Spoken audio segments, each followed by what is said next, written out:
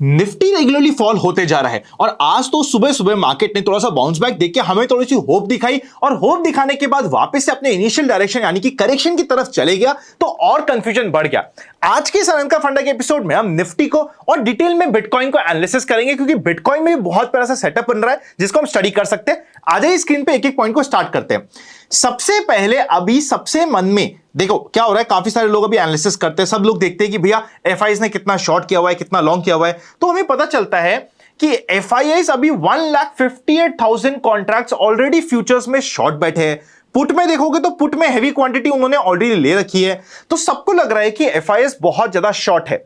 FIS का net short का percentage आप चेकआउट करोगे तो 85% के ऊपर जा चुका है। आज की क्या पोजीशन है वो चेक करना पड़ेगा, पर जब भी पास्ट में ऐसा गया है कि जब भी एफआईएस की नेट शॉर्ट की पोजीशन 90% को क्रॉस करती है, मतलब अभी थोड़ा सा स्कोप हो सकता है, पर 90% को क्रॉस करती है तो जितने भी बियर्स होते हैं जिनको बहुत ज्यादा मजा आ चुका होता है उनको थोड़ा सा सेटबैक और कुछ बाउंस बैक्स दिखने के मौके बनते हैं, थोड़ा सा मार्केट में बाउंस बैक की सिचुएशन बनती है। ये मैंने आपको स्टार्टिंग में इसलिए बता दिया क्योंकि आज के दिन काफी सारे लोग इस डेटा को शायद मिस कर जाए, तो इंपॉर्टेंट डेटा पॉइंटर था और मेरा काम है सारे इंपॉर्टेंट पॉइंटर्स को कंक्लूड करके आपके सामने प्रेजेंट करना और आपको इजी करते हुए चीजों को समझाना। तो आई होप ये चीज आपको समझ आई होगी कि भैया ये यहां पे बहुत ज्यादा नेट शॉर्ट हो चुके हैं। इवन आफ्टर सेइंग दिस, अगर आप हमारे साथ यहां पे रेगुलरली जुड़े हैं तो हमने सिंपल सी बात करी थी कि एक रेड कैंडल और उसके नीचे का ब्रेक, आप यहां पे 25,500 से या तो शॉर्ट में बैठे हो या फिर एग्जिट करके बैठे हो।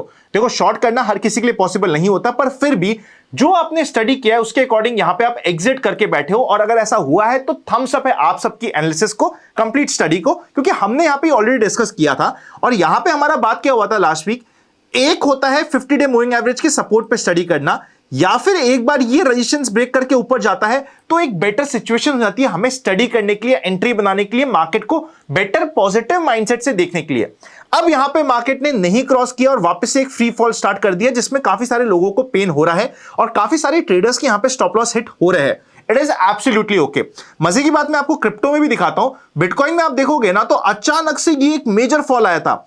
ये एक ऐसा फॉल आया था कि 1,15,000 तक पहुंच गया था जहां पे सारे के सारे ट्रेडर्स यहां पे लिक्विडेट हुए और वापस से बाउंस बैक आ गया। तो यहां पे भी ऑलमोस्ट ऐसा ही हुआ है, काफी सारे स्टॉप लॉसेस हिट हुए हैं। एंड शॉकिंगली जो हमारा स्पेशल चैनल मैंने बना रखा है वहां पे मैंने यहीं पे मंडे ट्यूसडे को ही डाला था कि भैया एक बार हम लोग नीचे से जिगजैग करते हुए नीचे की साइड चल जाए, फिर ऊपर आ जाए और फिर नीचे की जर्नी एक बार कंटिन्यू करे तो वो एक परफेक्ट सेटअप होता है। तो एग्जैक्ट हमारी डेट भी बनी। बाय द वे आप क्रिप्टो में ट्रेड करना चाहते हो, डेल्टा एक्सचेंज इंडिया का लिंक डिस्क्रिप्शन में मिल जाएगा, नीचे फॉर्म भी दे रखा है। अगर आपको एडिशनल स्टडी करनी है तो उस फॉर्म का भर के हमारे एक स्पेशल चैनल का भी पार्ट बन सकते हो जिसमें आपको 10 डेज के अंदर एक्सेस मिल जाएगा। बट अभी यहां पे मुद्दे की बात समझो, एक यहां पे समझाता हूं चीज, उसको फिर मैं इंडियन मार्केट से वापस से आपके लिए रिलेट करूंगा। अब इस मार्केट में मुझे यहां पे अगर कुछ करना है, आज के दिन मेरे को ट्रेड लेनी है क्रिप्टो में, बिटकॉइन के मार्केट को देखते हुए मैं क्या लूंगा। पहली लॉजिकल ट्रेड ये होती है कि ये जो मार्केट ने विक बनाई है ना, इस विक को टच करे नहीं करे पर एक बार 1,16,000 17,000 के लेवल को रिटेस्ट करने की प्रोबेबिलिटी हाई होती है, क्योंकि जब भी मार्केट की रैंडम विक बनती है वो हमें एक इंडिकेशन देती है। पहला इंपॉर्टेंट पॉइंट। दूसरा, इस लेवल के आसपास में क्या हमारे लिए अगर कोई शॉर्ट का सेटअप बने तो ये शॉर्ट करने के लिए सेटअप बढ़िया नहीं होता, जहां पे एक छोटा सा हमारे लिए स्टॉप लॉस हो गया, इतना बड़ा भी नहीं, तो 1 लाख इस रेंज के आसपास का स्टॉप लॉस हो गया और इसको हम स्टडी क्या नहीं कर सकते। आई थिंक ये एक सेटअप होता है जो मेरी इमीडिएट नोटिस पे रहता है। इसके अलावा जब तक, अगर मैं लॉन्ग की बात करूं तो जब तक मार्केट 1,22,000 को क्रॉस नहीं करता अब मेरे लिए लॉन्ग नहीं बनता। ये जो रैंडम डिप आया था उसका सपोर्ट हमारा 1,15,000 के आसपास का ही बन रहा था पहला, वहां पे किसी ने ले लिया तो एक अलग बात है, पर अब यहां पे रैंडमली लॉन्ग तो नहीं बनता है। एक बार आप इस चार्ट को देखिए, क्या परफेक्ट दिख रहा है। 20 डेज से सपोर्ट लिया, बाउंस बैक किया और यहां पे अब वापस से क्या हमें शॉर्ट के ऊपर ध्यान लगाना चाहिए। आंसर प्रोबेबिलिटी हाई ये होती है कि ट्रेड तो अब यही बनती है जो हम स्टडी कर सकते हैं।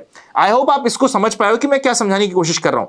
ये सेम चार्ट इथेरियम के नहीं है, मैं सिर्फ बिटकॉइन की बात कर रहा हूं, बिटकॉइन के चार्ट पे एनालिसिस बता दिया। अब यहां पे हमें निफ्टी में क्या सेटअप बनता है, इसी के सेटअप से आप समझिए। यहां पे हमने क्या बात करा कि यार जिस तरीके से ये विक बनी है, एक बार ये थोड़ा सा रिटेस्ट होकर एक बार वापस से नीचे की साइड चल जाए तो ये प्रोबेबिलिटी बनती है, क्योंकि यहां पे हमारे लिए फ्लैट एकदम काम हो रहा है और एक रैंडम विक बनी तो उसको हम बेनिफिट ऑफ डाउट दे रहे हैं। यहां पे हम क्या डाउट दे रहे हैं, यहां पे हम ये डाउट दे रहे हैं कि आज मार्केट ने एक बार ऊपर क्रॉस करने की कोशिश करी है, मतलब आज पहली हिम्मत दिखाई है बायर्स ने।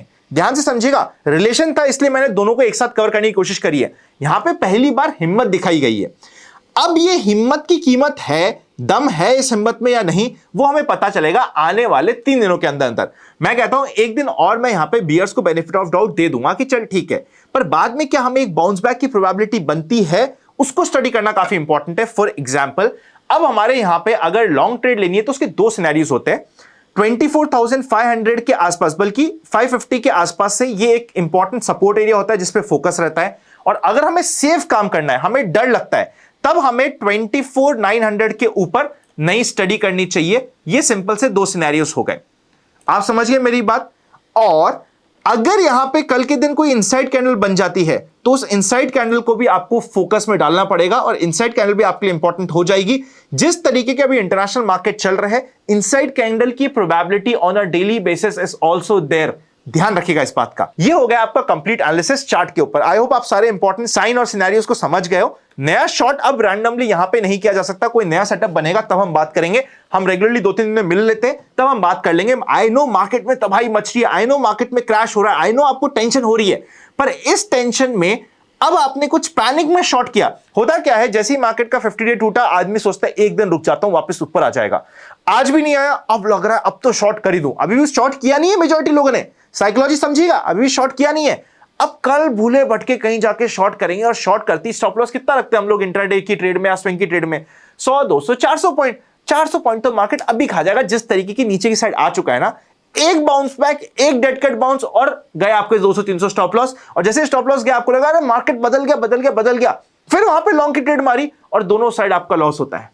समझे? आप समझ रहे हो सर? मैं आपसे एकदम कनेक्ट करने की बात कर रहा हूं, लॉजिकल बात कर रहा हूं, जो एक्चुअली लोग फेस करते हैं ताकि आपको फेस ना करना पड़े। मेरे को थंबनेल्स में कई बार दिखाना पड़ता है, क्रिप्टो की बात करनी पड़ती है, बिकॉज मैं काफी समय से बात रेगुलरली कर रहा हूं क्रिप्टोस की, और आपके लिए भी काफी इंटरेस्टिंग हो रहा है क्रिप्टो में ट्रेड करना।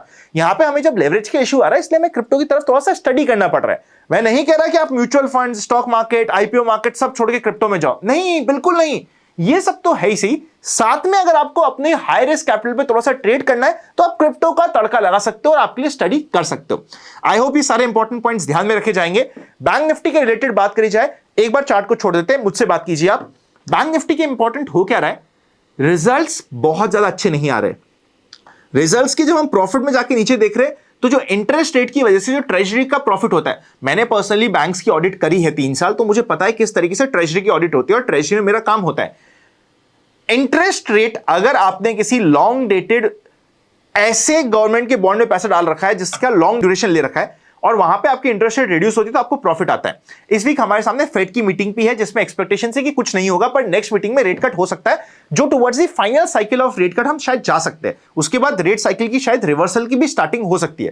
पर रेट कट का फायदा हो रहा है, यह फायदा शायद 1 क्वार्टर और चल जाए, पर जब वो फायदा खत्म होगा तो जो अभी एक्स्ट्रा लेवरेज और एक्स्ट्रा प्रीमियम मिल रखा है बैंक निफ्टी को, इवेंचुअली यहां से 6 महीने के सिनेरियो में उसको न्यूट्रलाइजेशन होने की तरफ प्रोबेबिलिटी हाई होती है। आपको समझ आया? बहुत अच्छी बात है। नहीं समझ आया तो मुझे बोलिएगा, एक बार पूरा पेन पेपर के साथ बैठ के प्रॉपर्ली आपको समझाएंगे किसी वीडियो में। कमेंट कर दीजिएगा, वीडियो अच्छा लगे तो लाइक कर दीजिएगा। डेल्टा एक्सचेंज इंडिया को स्टडी करना चाहते हो, रिस्क भी समझना चाहते हो और प्रॉपर्ली ट्रेड भी स्टार्ट करना चाहते हो, लिंक डिस्क्रिप्शन में। More than that, demat account चाहिए, हमारी म्यूचुअल फंड की टीम की हेल्प चाहिए, कुछ भी हमारे रिलेटेड इंपॉर्टेंट लिंक्स चाहिए, तो सब कुछ डिस्क्रिप्शन में चेकआउट कर लीजिएगा। Happy learning and I will see you very soon. एक म्यूचुअल फंड के रिलेटेड इंपॉर्टेंट वीडियो स्क्रीन पे चेकआउट करके चाहिए।